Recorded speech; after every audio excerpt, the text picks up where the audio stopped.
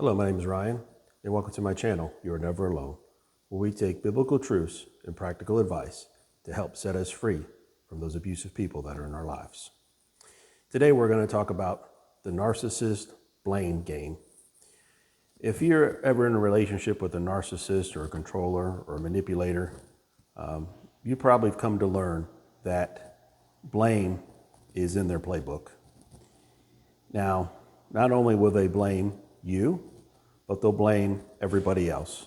They'll blame the neighbors, they'll blame the coworkers, they'll blame the kids, they'll blame their parents, they'll blame anybody, so that way they don't have to actually take any blame for anything.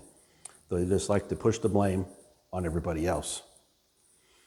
And I believe the reason why they do that is because they have this persona in their brain, in their heart, that they are perfect. And if they're perfect, then they can do nothing wrong. And if they can do nothing wrong, then surely it's got to be somebody else's fault. Now, having it be somebody else's fault can be hard on the other person who's getting blamed. Even though we may not react or respond to it, we still have to hear that.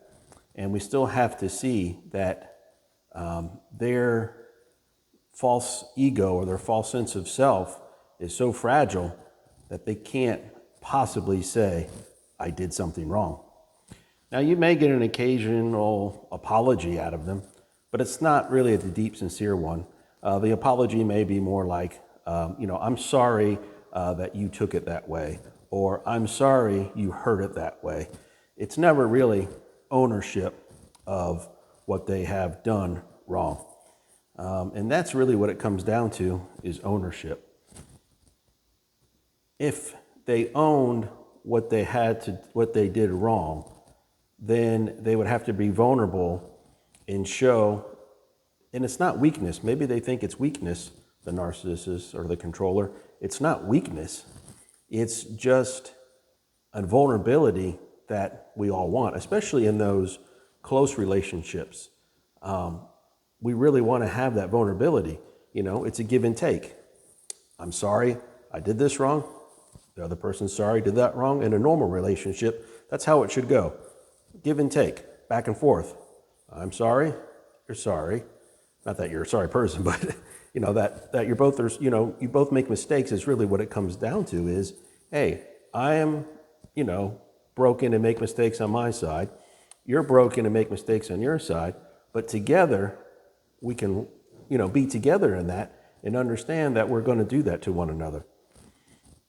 Now, obviously, a narcissist or controller or manipulator will never stop blaming. And this is where the hard part comes in for those of us who are in those types of relationships. We think that they're eventually maybe stop saying that they're going to blame. They're going to see the fallacy of their error for blaming everybody and everything for their mistakes or things that have happened to them. But the truth is, really what I believe is that they won't.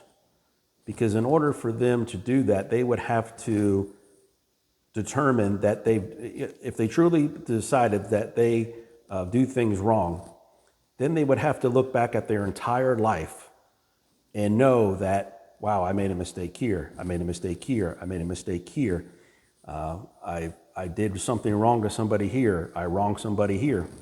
And if you've been in a relationship or even a long relationship with a narcissist or controller or manipulator, if they admitted they did something wrong, then they would have to admit the entire time you were together in that relationship that they mistreated you. And then that would take away from their perfection that they believe in their mind that it is. And really, when you think about it, it's sad that somebody would have to think that way. But what's even sadder is that those of us who believe that the narcissist or controller or manipulator will change, chances of them changing are slim to none.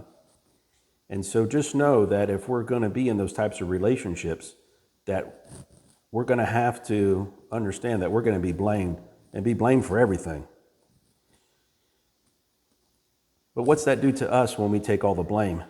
It creates, self-doubt in us because we feel like we're responsible for everything that goes on wrong around us.